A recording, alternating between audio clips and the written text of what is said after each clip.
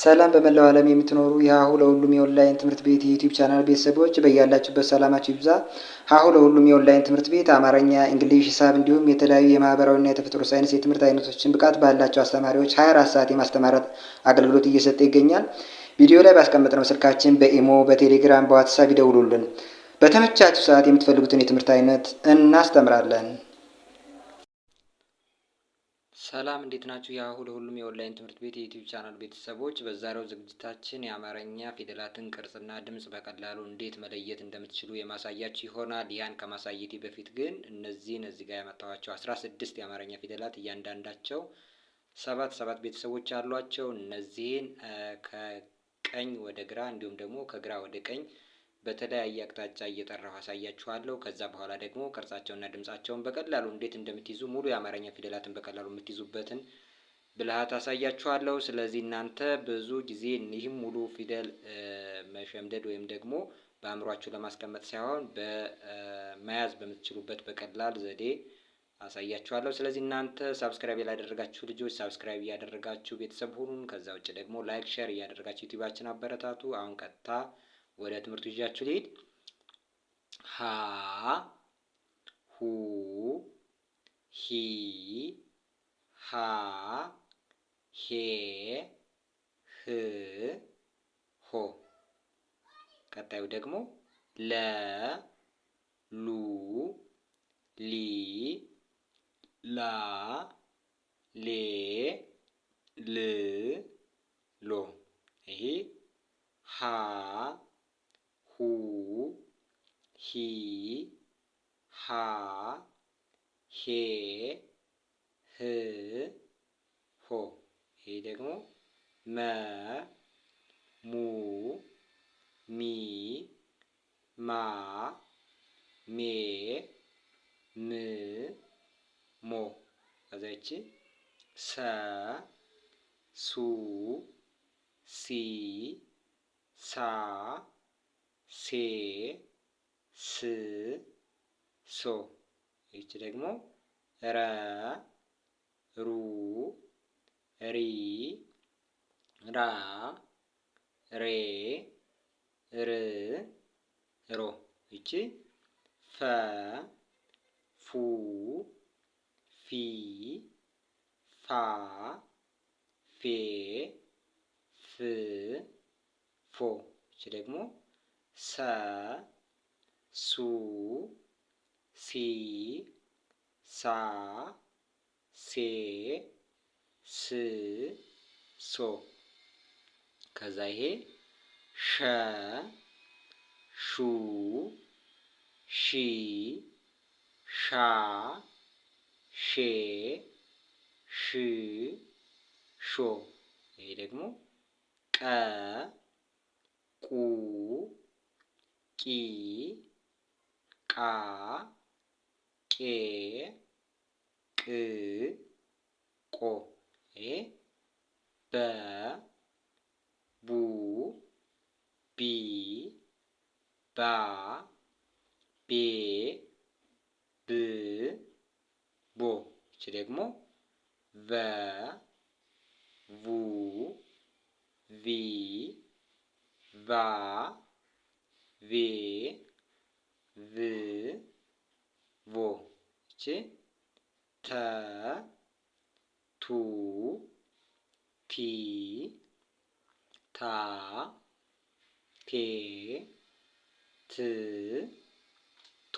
ይህ ደግሞ ቸ ቹ ቺ ቻ ቼ ቺ ቾ። ቺ ሀ ሁ ሂ ሃ ሄ ህ ሆ። ይቺ ደግሞ ነ ኑ ኒ ና ኔ ን ኖ። እንግዲህ እነዚህን እንደዚህ ከጠራችሁ በኋላ ስለ ቅርጻቸው ደግሞ እያንዳንዳቸውን ቅርጻቸውንና ድምጻቸውን ለመያዝ መጀመሪያ ላይ እነዚህን የመጀመሪያ ፊደሎችን ብቻ ትይዛላችሁ። ማለት ሰባት ቤተሰቦች አላቸው። ከዚያ በኋላ ስለ ቅርጻቸው ተያያዥነት ስላለው እሱን ታያላችሁ። ግን መጀመሪያ ላይ ሁላችሁም ብትሆኑ ማንኛውም አማርኛ መማር ፊደላትን ማጥናት የሚፈልግ ሰው የመጀመሪያ ፊደላትን እየጻፈ መያዝ በቃ ሀሁ ሀሄ ህሆ የሚለውን በቃሉ እንደዚህ ቅርጹ ስለ ቅርጹ እንኳ ሳያውቅ ሀሁ ሀሄ ህሆ ለሉ ሊላሌ ልሎ ሀሁ ሀሄ ህሆ መሙ ሚማሜ ምሞ ሰሱ ሲሳሴ ስሶ ረሮ ሊላሬ ረሮ ፈፉ ፊፋፌ ፍፎ ሰሱ ሲሳሴ ስሶ የሚለውን እንደዚህ አይነት ድምፅ እነዚህን ግጥማዊ ስለሆኑ ከዚህ ወደዚህ እንደዚህ መጥራት ከቻለ በኋላ ወይም ደግሞ እነዚህን ሲያደርግ ቢያንስ እንኳ ቅርጻቸውን ከላይ ወደታች እነዚህን ነገሮች ማወቅ የግድ ይላል። እነዚህን ካላወቀ ሁለተኛ ፊደሎችና እንዲሁም ደግሞ ይህ ቤተሰብ ተለያየ ቦታ ላይ ከሰባቱ የፊደላት ቤተሰቦች እያንዳንዱ የሀ ለምሳሌ 7 ሆሄዎች አሉት።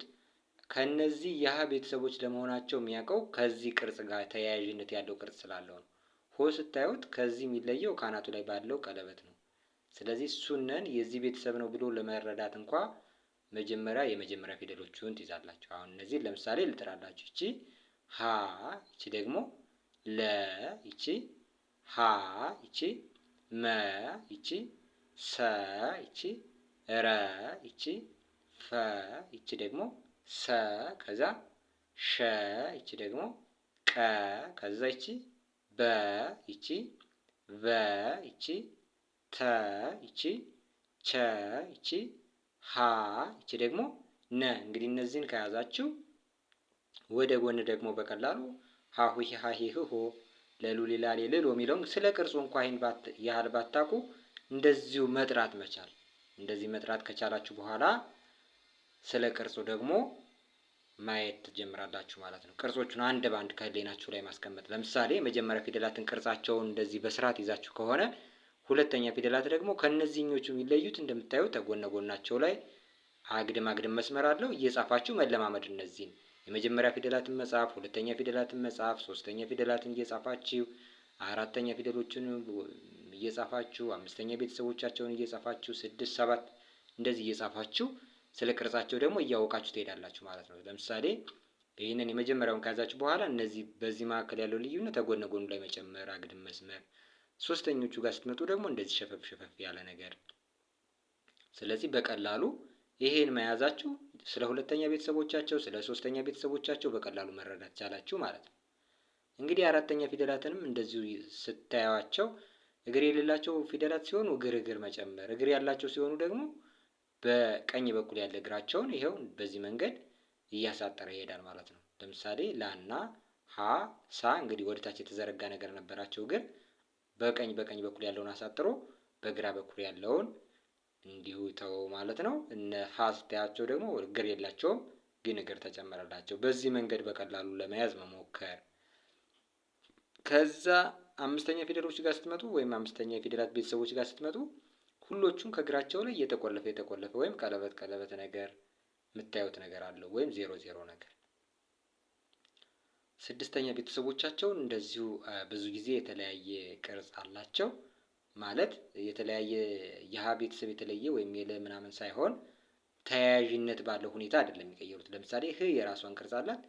ልም ያው በራሷ መንገድ ነው ቅርጿን የቀየረች። ህም እንደዚሁ። ለምሳሌ እነዚህ ግን በራሳቸው መንገድ ሳይሆን ሁለተኛ ቤተሰቦች ሁሉም ፊደል ጎነ ጎኑ ላይ ቀለበት አግድም መስመር መጨመር ነው። ስድስተኛ ቤተሰቦቹ ጋር ስትመጡ በሱ መንገድ ሁሉም ፊደል እንደዚህ ነው ለማለት ያስቸግራል ለማለት ያክል ነው። ሰባተኛ ቤተሰቦቻቸው ጋር ስትመጡ እነዚህ ባለ 2 እግር ወይም እግር ያላቸው ፊደላት በዚህ በኩል ያለውን እግራቸውን ያሳጥራሉ። ሌሎቹ ደግሞ እንደዚሁ ብዙውን ጊዜ ባለ 1 እግር ፊደላት ሲሆኑ ካናታቸው ላይ የተቆለፈ ወይም ቀለበት ነገር ይኖረዋል ማለት ነው። ስለዚህ በዚህ መንገድ የመጀመሪያ ፊደላትን ይዛችሁ ቅርጻቸውን ደግሞ በዚህ መንገድ ከለያችሁ በኋላ እነዚህ ፊደላት ምን ያህል ድምጽ ናቸው የተደጋገሙ ያለው። ለምሳሌ የሀ ቤተሰብ ሀ ተብሎ የሚጠራ ስንት ፊደል አለ? ወይም ለሚባል ፊደል ስንት ነው ያለው? 1 ነው 2 ነው 3 ነው? ሰሚባል ስንት ነው? ፈሚባል ስንት ነው የሚለውን መለየት። አሁን እነዚህ ለምሳሌ የሀ ፊደል 3 ተመሳሳይ ድምጽ ያለው የሀ ፊደል አለ። ይሄ ሀሌታ ውሃ ይባላል። ይሄ ሀመር ውሃ ይባላል። ይሄ ደግሞ ብዙሃን ውሃ ይባላል። ሌላ 2 ሰ የሚባል ድምጽ ያለው ተመሳሳይ ድምጽ ያለው ፊደል አለ። ይሄ ንጉሱ ሰና እሳቱ ሰ በመባል ይታወቃል። ያው እንግዲህ ሰ ለምሳሌ ይሄ ሀ እንግዲህ ፊደላትን ስታጠኑ የተለያየ ቦታ ላይ ሀ ስታገኙ እንዲህ ሀ እንደዚህ ነበረች አይደል ይቺ ደግሞ ማናት የሚል ጥያቄ እንዳይፈጥርባቸው የተደጋገመ መሆኑን መለየት ወይም የተደጋጋሚ ድምፅ ተመሳሳይ ድምፅ ያላቸው የተለያዩ ፊደላት እንዳሉ እሱን ትይዛላችሁ። ለምሳሌ ሰ ይሄው ይህም ሰ ነው የሚባለው፣ ይህም ሰ። አ እንደዚሁ ይሄው አ። ስለዚህ ጸ እንደዚሁ ይህም ጸ ይህም ጸ። ስለዚህ 3 ሀ የሚባል ፊደል አለ፣ 2 ሰ የሚባል ፊደል አለ፣ 2 ደግሞ አ የሚባል ፊደል አለ፣ 2 ጸ የሚባል ፊደል አለ።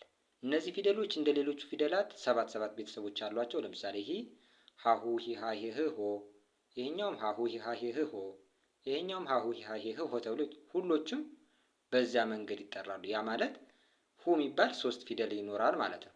ሂ የሚባል እንደዚሁ 3 ፊደል፣ ሀ የሚባልም 3፣ ሄ የሚባልም 3፣ ህ የሚባልም 3፣ ሆ የሚባልም 3። ይሄው የምታዩት 3 እንግዲህ ሀ 3 አለ፣ ሁም 3 አለ፣ ሂም 3፣ ሰ 2 አለ፣ ሱም 2፣ ሲ 3፣ ሰ 2 ነው፣ ሱም እንደዚሁ 2፣ ሲ ሲሆንም 2፣ ሳ ሲሆንም እንደዚሁ 2 እያደረገ ይሄዳል። ሴ የው 2፣ ስ 2፣ ሶ 2። አም ስትሄዱ የው 2 አለ፣ 2 ኡ ይኖራል ማለት ነው። የተለያየ ቅርጽ ያለው ግን በድምጽ የሚመሳሰል ይህም ኡ ተብሎ ይጠራል ማለት ነው። በሌላ አባባል ይህም ይህም ኢ አ ይሄው ኤ እ ኦ ይሄው 2 አለ። ስለዚህ የተለያየ ቦታ ይሄ ኡ ብላችሁ አንብባችሁ እንደዚህ አይነት ፊደልም ሲመጣ ኡ ብላችሁ መጥራት ድምፁ ተመሳሳይ ስለሆነ ይጠበቅባችኋል። ሌላው 2 ጸ ፊደሎች አሉ። ይሄው ጸ እንደዚሁ 2 ጹ፣ ከዚያ ይሄው ጺ ጻ፣ ሁለቱም ጻጻ ነው የሚባለው። እነዚህም ጼ ጽ ጾ። ስለዚህ እነዚህ የተለያየ ቦታ ላይ ስታገኟቸው እንደ የሀ ብዛቱ የሰ ብዛቱ የአ ብዛቱ ቤት ምናምን የሚል አይነት ካምሯችሁ ላይ ተቀምጦ እንዳይረብሻችሁ እንደዚህ ቀለል እነዚህ ብቻ ናቸው እየተደጋገሙ የተለያየ ቦታ ላይ ልታገኟቸው የምትችሉ ማለት ነው። እነዚህን በስርዓት መያዝ ማየት።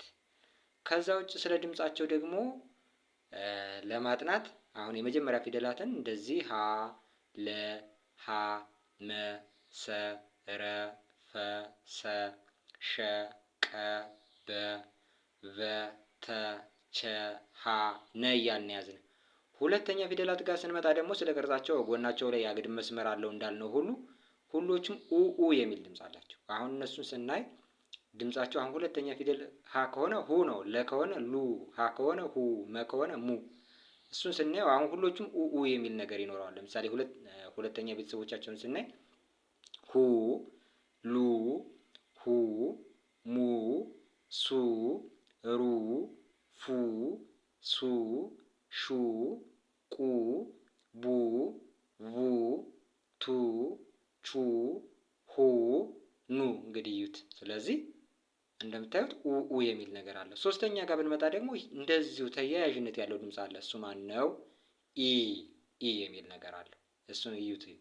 ሂ፣ ሊ፣ ሂ፣ ሚ፣ ሲ፣ ሪ፣ ፊ፣ ሲ፣ ሺ፣ ቂ፣ ቢ፣ ቪ፣ ቲ፣ ቺ፣ ሂ፣ ኒ።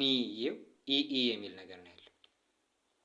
አራተኛ ጋር ስንመጣ ይኸው እንግዲህ ሀ፣ ላ፣ ሀ፣ ማ፣ ሳ፣ ራ፣ ፋ፣ ሳ፣ ሻ፣ ቃ፣ ባ፣ ቫ፣ ታ፣ ቻ፣ ሀ፣ ና። ስለዚህ አሁን ይህንን አራተኛ ፊደል መሆኑን ለመለየት ምንም ብዙ የሚያሻማ ነገር አይኖረውም። የሆነ አ የሚልና አይነት ድምፅ አለው። ሻ፣ ቃ፣ ባ። አሁን ስታዩት ይህ ባ፣ ሀ፣ ላ እንደዚህ ነገር ነው ያለው። ስለዚህ አ የሚል የአራተኛ ፊደሎች ድምፃቸውን ለመለየት አራተኛ ቤተሰብ ለመሆናቸው በዚህ መንገድ መለየት ይቻላል። አምስተኛ ጋር ስንመጣ ኤ የሚል ነገር አለው። ኤ ሄ፣ ሌ፣ ሄ፣ ሜ፣ ሴ፣ ሬ፣ ፌ፣ ሴ፣ ሼ፣ ቄ፣ ቤ፣ ቬ፣ ፔ፣ ቼ፣ ሄ፣ ኔ። ኤ የሚል ነገር አለው ማለት ነው። እሱን ትይዛላችሁ።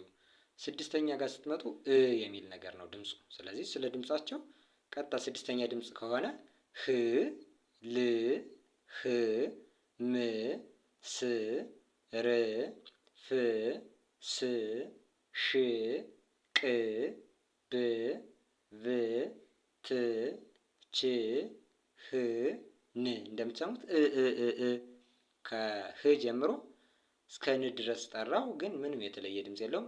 የሚል ነገር አለው። ሰባተኛ ስትመጡም እንደዚሁ ኦ የሚል ድምፅ ትሰማላችሁ። ማለት የጋራ ድምፅ የሆነ ኦ የሚል ነገር ይኖረዋል። ለምሳሌ ሆ፣ ሎ፣ ሆ፣ ሞ፣ ሶ፣ ሮ፣ ፎ፣ ሶ፣ ሾ፣ ቆ፣ ቦ፣ ቮ፣ ቶ፣ ቾ፣ ሆ፣ ኖ። እንግዲህ እነዚህን በዚህ መንገድ መያዝ ይቻላል ማለት ነው። አሁን በዋናነት ስለ ቅርጻቸው የመጀመሪያ ፊደላትን ከያዛችሁ በኋላ ሁለተኛ ፊደላት ከጎናቸው ላይ አግድም መስመር እንዲሁም ኡ የሚል ድምፅ የጋራ እንዳላቸው፣ ሶስተኛ ፊደሎች እግራቸው ላይ ጠማማ ኢ የሚል የጋራ ድምፅ አላቸው። አራተኛ ፊደሎች ሁለት እግር የሆኑ በዚህ በኩል ያለ እግራቸው ማሳጠር፣ እግር የሌላቸው ደግሞ እንደምታዩቸው እንደ ሀ እንደ ማ ስታዩቸው፣ ለምሳሌ መ እግር የለውም ሁለት ክብ ነው፣ ግን እዚህ ጋር ጨመረ። እንደዚህ እያደረጋችሁ ሰ ይኸው እዚህ ጋር እግር የለውም ግን ጨመረ። እንደዚህ እያለ ይቀጥላል። ስለዚህ እነዚህም በትኩረት እየጻፋችሁ ማስተዋል ማየት እና አ የሚል ድምፅ አላቸው። ሀ ላ ሀ እያለ ይቀጥላል። አምስተኛ ፊደላቸው ጋር ስትመጡ ደግሞ የተቆለፈ ወይም ደግሞ ምንድን ነው የሚባለው ያው ዜሮ ነገር እግራቸው ላይ ይኖራል በውጭ በኩል በቀኝ በኩል። እንግዲህ ዜሮ መኖሩ ብቻ አምስተኛ ፊደል አያደርገውም። ለምሳሌ ይሄኛው ስድስተኛ ፊደሉም ዜሮ አለው፣ ግን በቀኝ በውጭ በኩል መሆን አለበት። ይሄ ግን በግራ በኩል በውስጥ በኩል ነው ያለው ቀለበቱ። ስለዚህ እሱ ልዩነት ይኖረዋል። ይህን በቀላሉ ከአእምሯችሁ ላይ ብታስቀምጡት በቀላሉ ስለ አምስተኛ ፊደሎች የትም ቦታ ብታዩዋቸው ታገኟቸዋላችሁ፣ ታውቋቸዋላችሁ። ስለዚህ እዛ በተጨማሪ ደግሞ ኤ የሚል ድምፅ አለው። ስድስተኛ የሚል አለው። እንደ ምሳሌ ህ ል ህ ም እያለ ይቀጥላል። ሰባተኛ ደግሞ ኦ የሚል ድምፅ አለው። ስለዚህ እየደጋገማችሁ እየጻፋችሁ ተለማመዱባቸው። በሌላ ትምህርታዊ ዝግጅት እስከምንመለስ ሰላም ሁኑ። መልካም ቆይታ